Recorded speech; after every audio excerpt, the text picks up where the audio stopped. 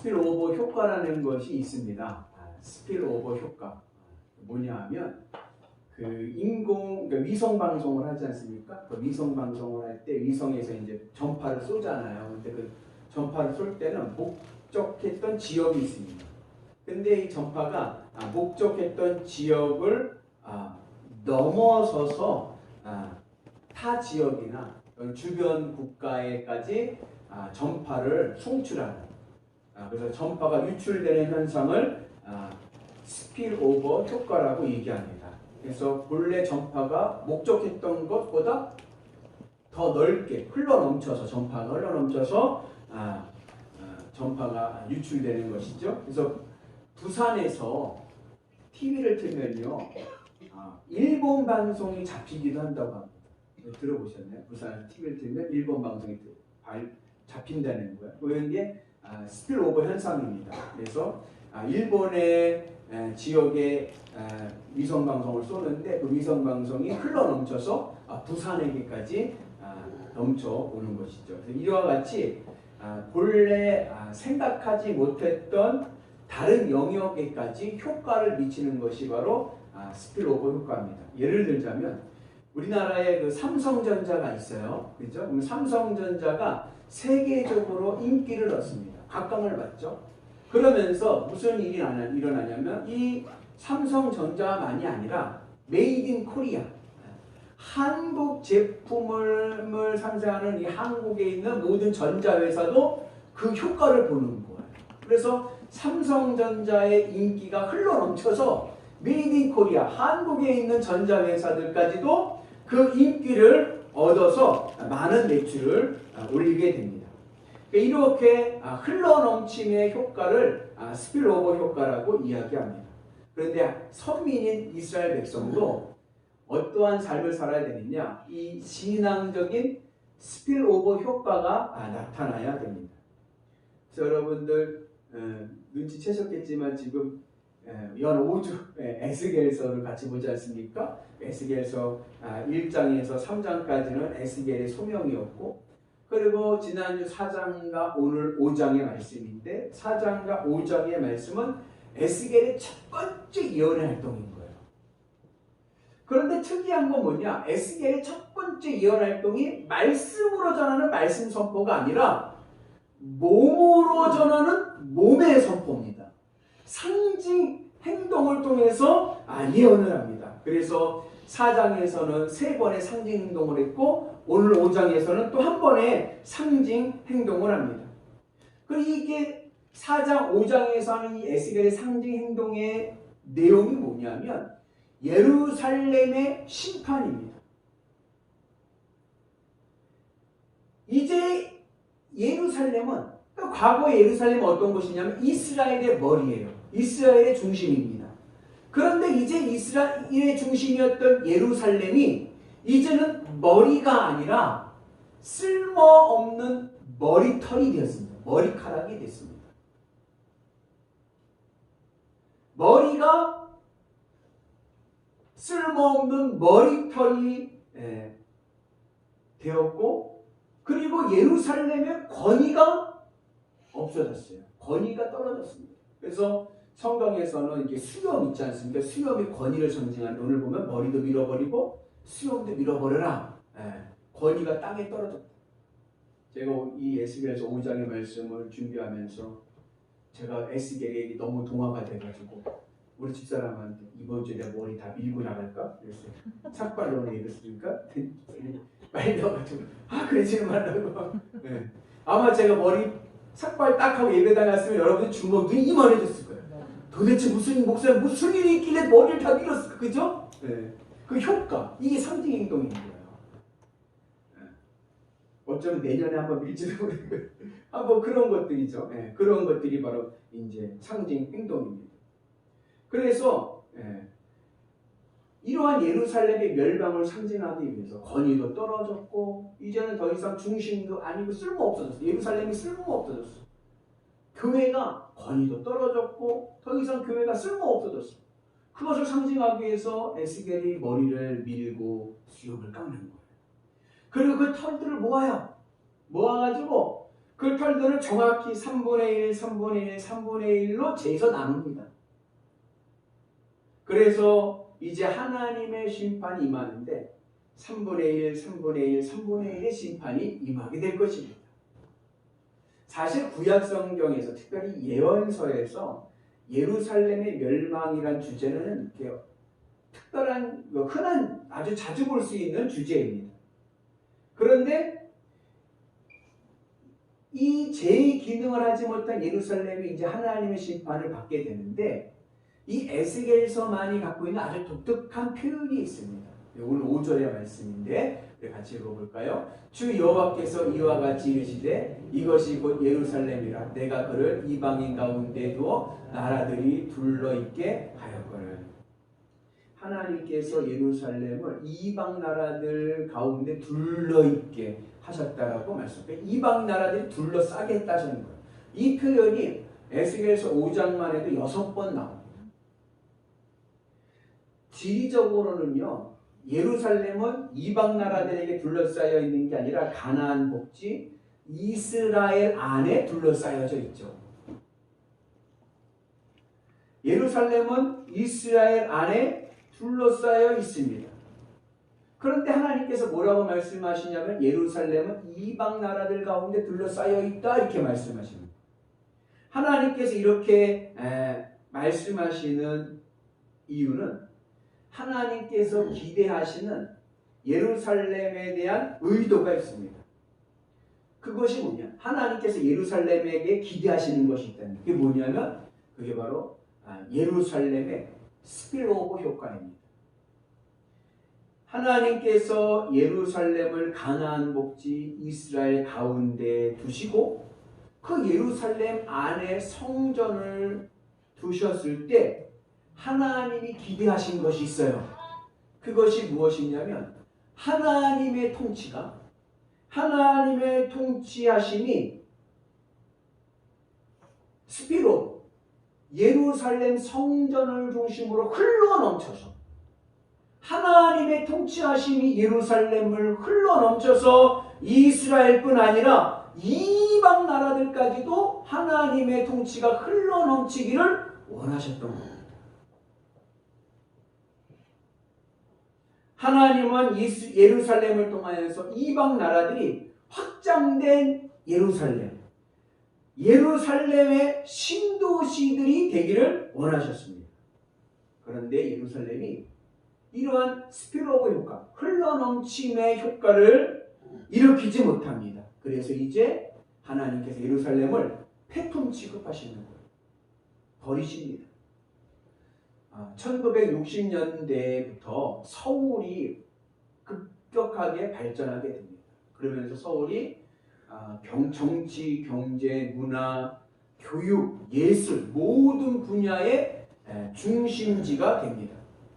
그렇게 되면서 무슨 일이 생기냐면 인구들이 서울로 몰려드는 거예요. 그래서 이런 말 있죠. 말이 태어나면 제주도로 보내요. 사람이 태어나면 서울로 보내라. 인구가 서울로 집중됩니다. 그러면서 무슨 현상이 일어났냐? 인구가 서울에서 흘러넘치는 거예요. 흘러넘치는 거예요. 그 인구가 흘러넘치면서 형성된 것이 바로 수도권입니다. 서울 주변에 신도시들이 형성됩니다. 처음에 서울하면요, 어디가 서울이냐? 사대문, 동대문, 서대문, 남대문, 북대문, 이 사대문 안이 서울이었어요. 그런데 그 사대문 안에 인구가 넘쳐나니까 이제는 서울의 범위가 연희동, 성산동, 마무리, 청계, 청량리 이게 막 넘어 확장되기 시작합니다. 그러면서 이제는 한강 이남, 강남까지 인구가 흘러넘칩니다. 그리고 분당, 일산까지 흘러넘칩니다. 이제는 수원, 오산, 의정부, 양주까지 인구가 흘러넘치기 시작합니다. 인구들이 서울로 막 오니까 흘러넘치는 인구들이에요.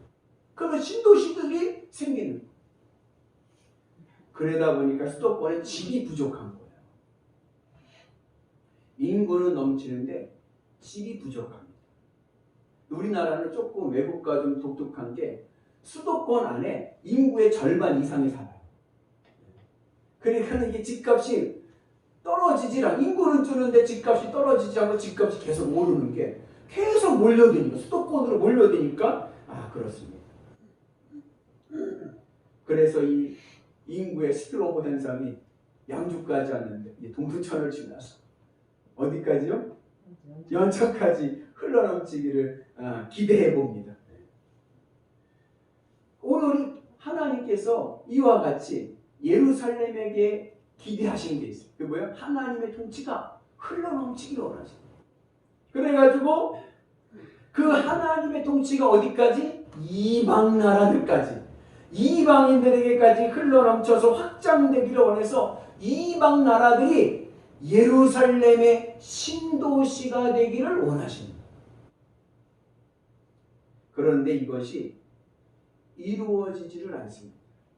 하나님의 나라 도성 예루살렘으로부터 이방 나라까지 하나님의 통치가 흘러넘쳐서 이방 나라들이 예루살렘의 신도시, 하나님의 신도시 흘러넘침의 효과를 기대하시는데 이것이 이루어지지 않고 오히려 하나님의 통치가 예루살렘을 통해서 흘러넘치는 게 아니라 이방의 가치관이, 이방의 물들이 역류해서 예루살렘으로 흘러들어옵니다. 그래서 이제는 예루살렘이 어떻게 됐어요?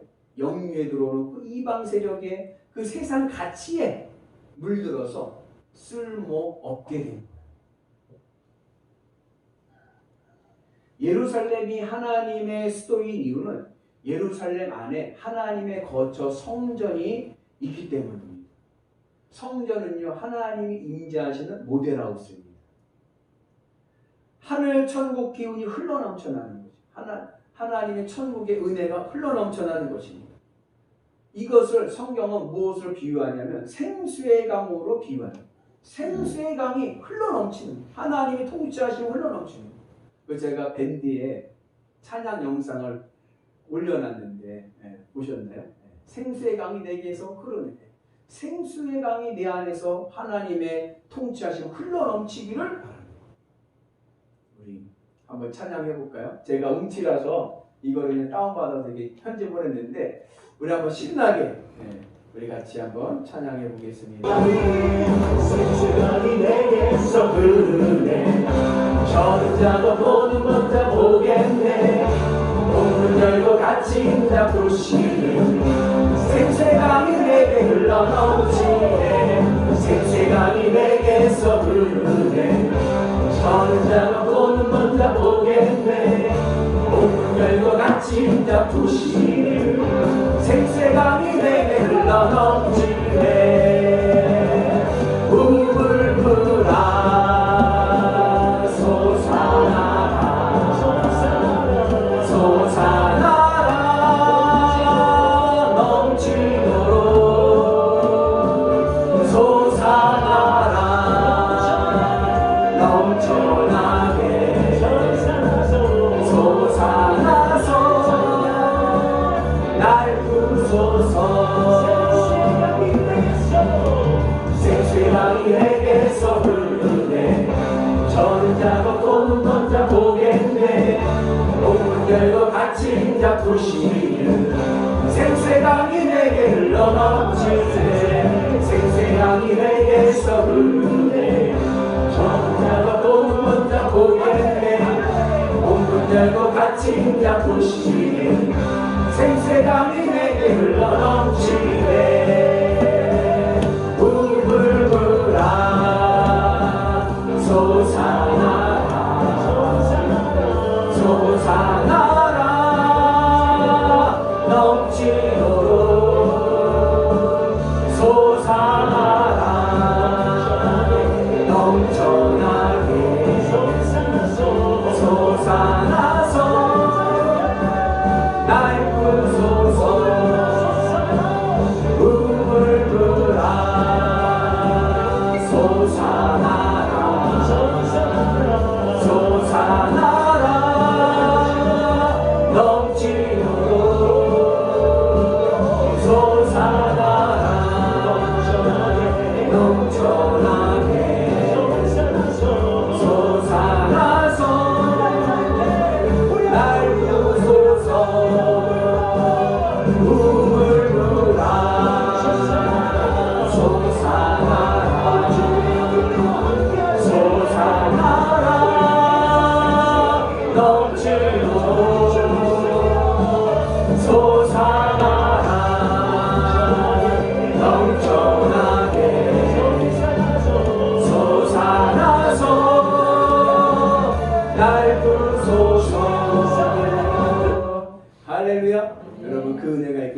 합니다.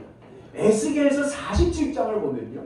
하나님께서 이제 예루살렘을 폐해하시고 버리시고 나중에 새 예루살렘 새 성전을 세우십니다.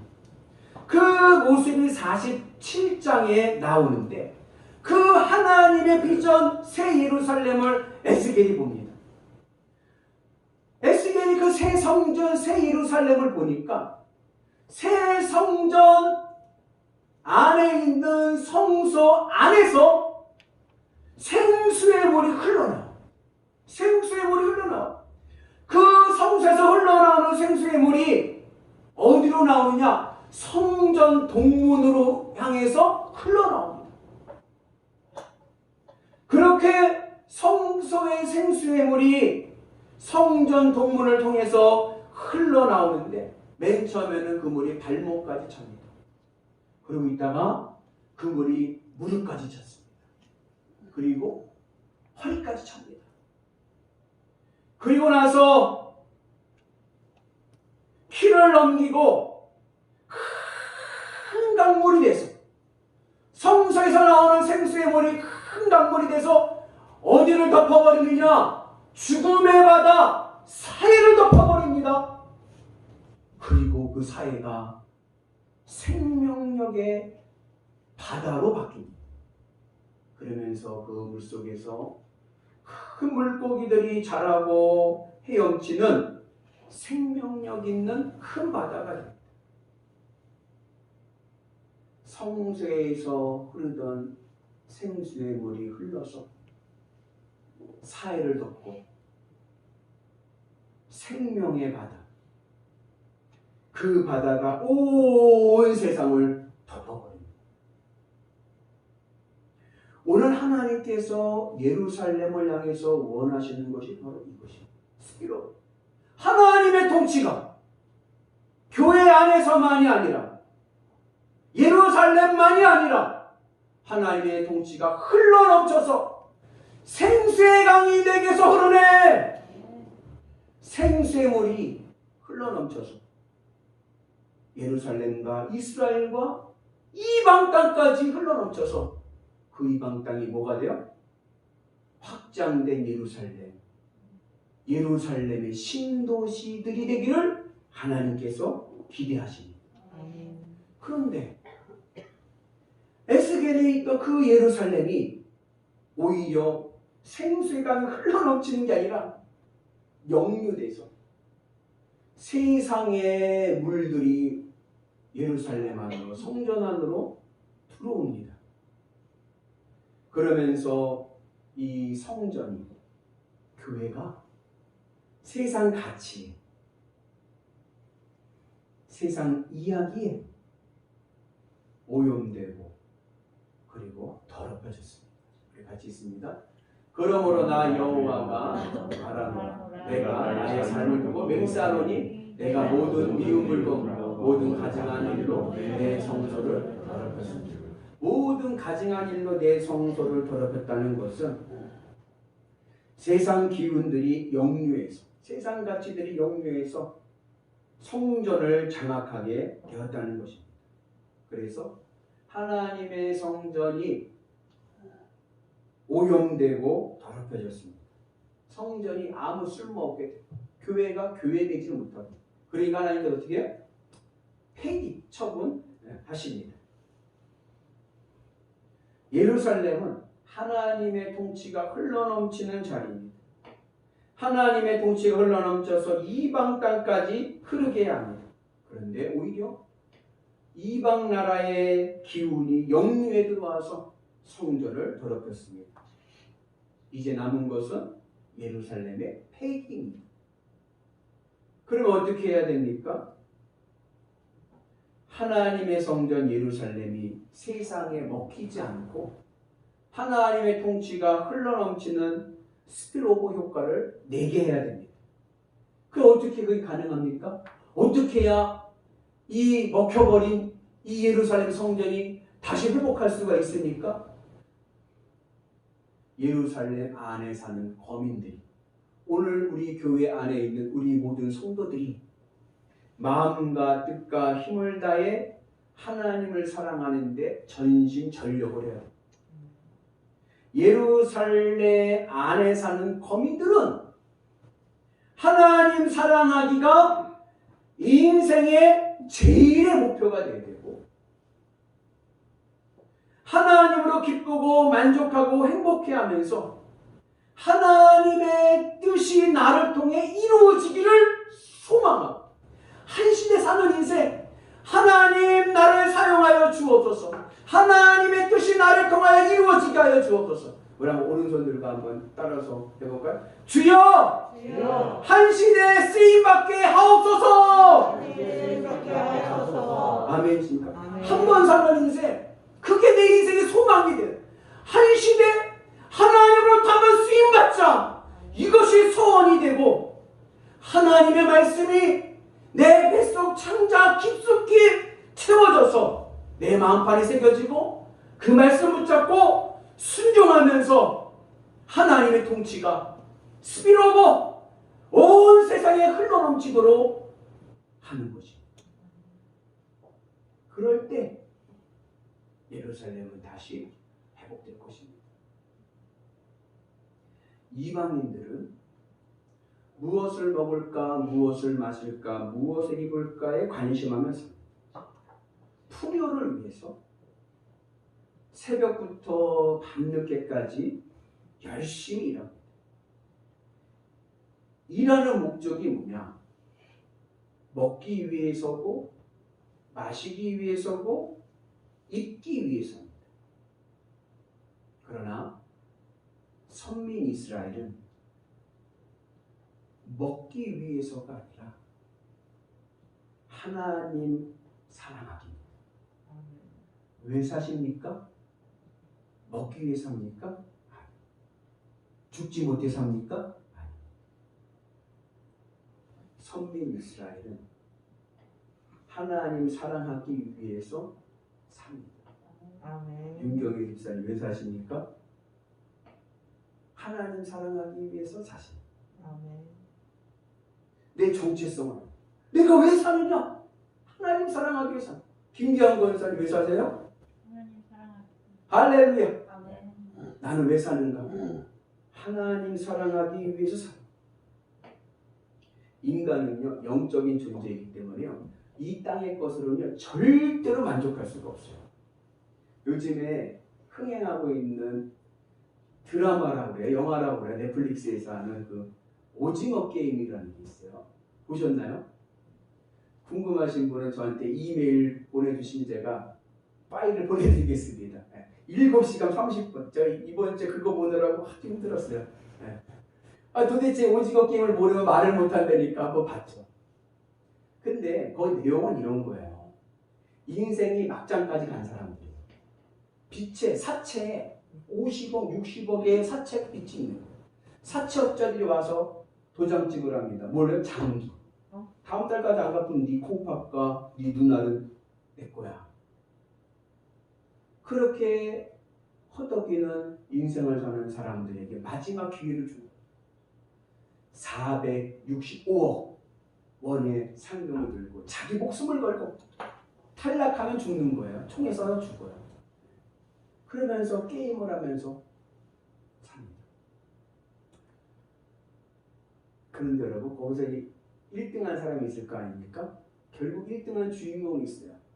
그 1등한 주인공이 456억을 받습니다. 그 465억을 받은 그 통장에서 얼마를 찾아서 쓸까요?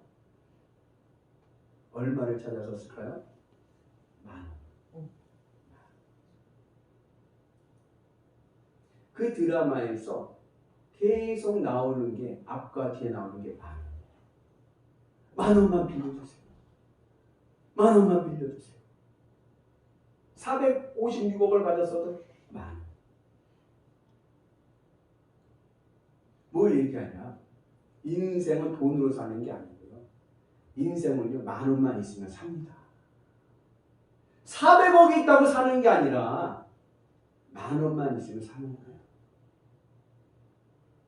거기 게임을 했던 할아버지가 있어요. 1번을 가졌던 할아버지가 그 게임의 호스트인데, 주인인데, 그분이 그런 말을 해요. 주인공한테. 가난한 사람도 인생이 재미없고 돈이 많은 사람도 인생이 재미없다. 돈이 많으니까 인생이 재밌을 것 같습니까? 재미가 없어요. 그러니까 그런 게임을 만드는 거예요. 그리고 그거에 사람 죽는 게 기쁘고 재밌는 거예요. 그것도 보는 게 실증났어. 그러니까 자기가 직접 들어가서 게임을 같이 해.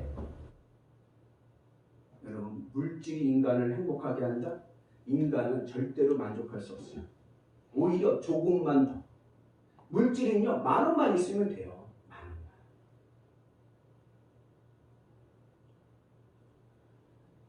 10,000원. 인간은 영적인 존재이기 때문에 어디에 만족을 느끼느냐? 나를 창조하신 영이신 하나님을 만나고 내 마음이 하나님으로 채워지고 하나님으로 기뻐할 때 비로소 참된 행복을 찾습니다. 이게 인생의 비밀이에요. 영적인 비밀이에요. 우리 그 비밀을 아는 자들이에요. 사탄은 자꾸만 우리의 생각을 바꾸게 해요. 야, 그런다고 되겠냐? 세상 것을 얻어야 돼. 돈을 얻어야지. 권력을 얻어야지. 명예를 얻어야지. 여러분, 꽃들에게 희망이라고 하는 동화책이 있어요. 애들 꼬맹이들이 보는 동화책이 있어요. 거기 보면 뭐 애벌레인지 뭔지 군뱅인지 뭔가 이게 나와요. 근데 걔가 태어나니까는 그 애벌레들이 막 뭔가를 막 올라가고 산을 만들었어. 저게 뭐가 있어요? 그 밑에 올라가는데 몰라 나도? 그러니까 올라가 보는 거야. 그러니까 얘도 주인공도 그럼 뭐가 있었겠죠? 올라가 밟고 올라가고 밟아야지. 밟으면서 정상에 올라갔습니다. 뭐가 있을까요? 아무것도 없어요. 그걸 언제 깨달아요? 죽을 때 깨닫는 거예요. 근데 죽을 때 깨닫는 것은 이미 되지. 계시록에 나왔어요. 하나님을 본 자는 누구든지 하나님을 믿죠. 아니, 하나님을 봤는데 하나님을 안 믿을 자가 어디 있습니까? 근데 그때는 되지. 이 땅에 살아가면서 나를 창조하신 하나님을 만나고 하나님을 기뻐하면서 하나님을 사랑하며 살아갈 때에 우리는 진정한 행복을 누리게 될 줄로 믿습니다. 그래서 우리의 인생의 제1의 목적은 뭐냐? 하나님 사랑하기. 하나님 사랑. 왜 사니? 나는 하나님 사랑하기 위해서 산다. 왜? 거기에 참된 행복이 있기 때문에. 기쁨과 만족은 거기. 그러면 우리가 이 영이신 하나님을 육의 몸을 가지고 우리가 어떻게 하나님을 사랑할 수 있습니까? 그 구체적인 행동이 바로 예배입니다. 신령과 진정으로 하나님께 예배드리는 것입니다. 예배를 통해서 내 모든 걸 내려놓고 하나님께 찬송과 기도와 말씀을 들으면서 내 뱃속 창자까지 주님의 말씀을 가득 채워지고 내 마음판에 하나님의 말씀에 새겨지고 순종하면서 어느 곳에 가든지 하나님을 사랑하면서 하나님 기뻐하시는 삶을 살아가는 은혜가 있기를 축복합니다. 아멘. 그러면 어떻게 돼? 그때 내 삶에도 생수의 강이 흘러넘칩니다. 생수의 강이 내게서 흐르네. 내 안에서 성령의 하나님의 통치하심의 축복의 생수의 강이 흘러넘치는 역사가 일어나게 될 줄로 믿습니다. 아멘. 그때에 여러분, 그때에 하나님의 은혜와 구원과 축복을 경험하게 될 줄로 믿습니다. 아멘. 시절을 따라 푸른 초장을 인도하신 하나님의 인도를 경험하게 될 줄로 믿습니다. 복이 먼저가 아니라 하나님 사랑하기가 먼저입니다. 하나님을 사랑하고 하나님으로 기뻐하며 살면요, 복은요 그냥 선물로 주시는 거예요. 하나님께서 이 믿음의 은혜를 가지고 승리하기를 축복합니다. 그런데 이 선민 이스라엘이 먹혀버렸어요. 세상에. 그래서 무엇을 먹을까, 무엇을 마실까, 무엇을 입을까, 여기에 전전긍긍하면서 살아갑니다. 세상 가치가 역류에 들어옵니다. 그래서 교회가 먹혀버렸습니다. 교회 안에 하나님보다 물질이 더 중요합니다. 이렇게 신앙생활하게 되면 신앙이 어떻게 되느냐? 율법주의가 되고 기복신앙이 되고 맙니다. 그래서 오늘 하나님께서 그렇게 된 율법주의 기복신앙이 된 예루살렘을 폐기하시고 나중에 새 예루살렘, 새 성전을 세우십니다. 오늘 그것을 이 예루살렘의 성전의 이 심판을 하나님께서 에스겔의 머리를 삭발하고 수염을 밀으라고 하면서 말씀합니다. 머리를 감고 수염을 깎는 것은 이스라엘에서 가장 최악의 모멸감입니다. 그래서 사무엘하 10장을 보면 아몬의 왕 한온에게 다윗이 사신을 보내요. 근데 이 아몬 왕이 이 다윗이 보낸 사신들의 수염을 반을 밀어버려요. 그 일로 인해 가지고 다윗이 아몬을 공격해 들어가 전쟁이 일어납니다. 그러니까는 머리를 삭발하고 수염을 깎는 일은 이스라엘에게 뭐요? 목숨을 걸고 전쟁을 할 만큼의 수치심과 모멸감입니다. 그런데 이 에스겔은 또 누구냐면 사독계 제사장입니다. 사독계 제사장은 가장 정결하고 거룩을 중요시 여기는 제사장인데 그 정결과 거룩을 중요시 여기는 에스겔에게 머리를 밀고 수염을 깎으라고 하십니다.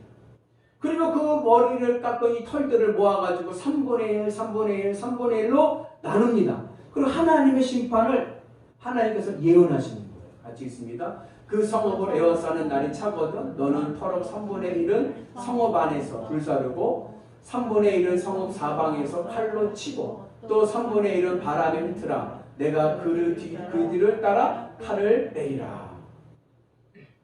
3분의 1은 불로 살르고 3분의 1은 칼로 잘라버리고 3분의 1은 흩어버리라는 겁니다. 이게 무슨 내용이냐? 이게 12절 이후에 나옵니다. 불로 태우라는 얘기는 재앙, 역병을 얘기합니다. 그리고 칼로 자른다는 얘기는 전쟁을 말씀하는 겁니다. 그리고 흩어버린다는 것은 포로 생활을 얘기합니다. 그렇게 이스라엘 예루살렘은 무너질 것입니다. 그런데 그때 하나님께서 다 없애는 게 아니라 그 털의 일부를 모아서 옷자락으로 감싸게 하십니다. 이것은 뭐냐? 남은 자예요. 마지막 희망. 하나님의 마지막 희망이 있는 자들이 있는 거예요.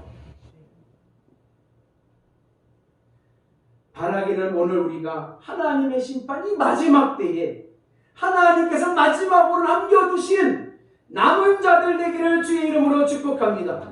그래서 오늘 우리가 이 마지막 시대에 폐기 처분당하는 예루살렘의 마지막 남은 희망이 되어서 하나님의 비전, 새 예루살렘, 새 성전을 세우는 하나님의 사람들 되기를 주님의 이름으로 축복합니다. 우리 영일교회가 하나님의 통치가 세상에 흘러넘치게 하는 스피로모 예루살렘 되기를 축복합니다.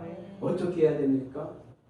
에스겔과 같이 하나님의 말씀을 창자 깊숙이 새기고 마음과 뜻과 힘을 다하여 하나님을 최고로 사랑하는 것입니다.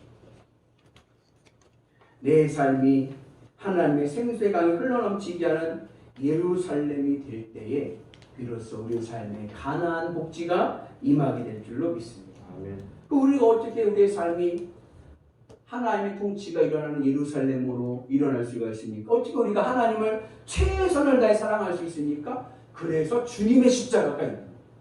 우리는 육의 몸을 갖고 있기 때문에 자꾸 마음이 육적인 것에 끌려가게 돼 있습니다. 그럴 때마다 주님의 십자가 붙잡고 나는 날마다 충노라. 내 인생의 기쁨과 만족은 여기 있는 게 아니라 하나님께 있다. 주님의 십자가 붙잡고 하나님을 믿고 예수님을 믿고 믿는다는 게 내 마음을 드리고 내 마음을 하나님께 드려서 하나님으로 내 마음을 채워서 하나님으로 기뻐하고 만족하며 하나님으로 배불러 살아갈 때에 우리의 삶 속에 하나님의 통치가 넘쳐나는 스피로보의 효과가 나타날 줄로 믿습니다.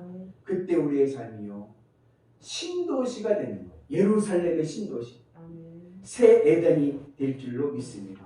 바라기는 우리의 삶이 생명의 생수의 강이 흘러넘치는 하나님의 새 예루살렘 되기를 주님의 이름으로 축복합니다. 그때에 우리는 하나님의 생명과 하나님의 축복과 하나님의 형통하심을 보게 될 줄로 믿습니다. 이것이 오늘 교회의 사명입니다. 복음을 영화롭게 하라. 복음이 흘러넘치게 하라. 우리 영일교회가 새 예루살렘 되기를 축복합니다. 엉뚱한 데 가서 하나님의 나라 뭐 신천지, 세천지, 뭐 유천지 뭐 이런 데 가지 마시고 우리 영일교회가 새 예루살렘이 되어서 생수의 강이 흘러넘치는 귀한 하나님의 성이 되고 우리가 바로 그곳에 살아가는 새 예루살렘의 거민들 하나님의 사람들 되어서 하늘의 문이 열리고 하늘의 축복을 받는 위대한 성도들 되시기를 주님의 이름으로 축복합니다. 내게에서 생수의 강이 흘러넘치는 여러분들 삶 속에 하나님의 사랑과 통치하심 흘러넘치는 은혜가 있기를 주님의 이름으로 축복합니다.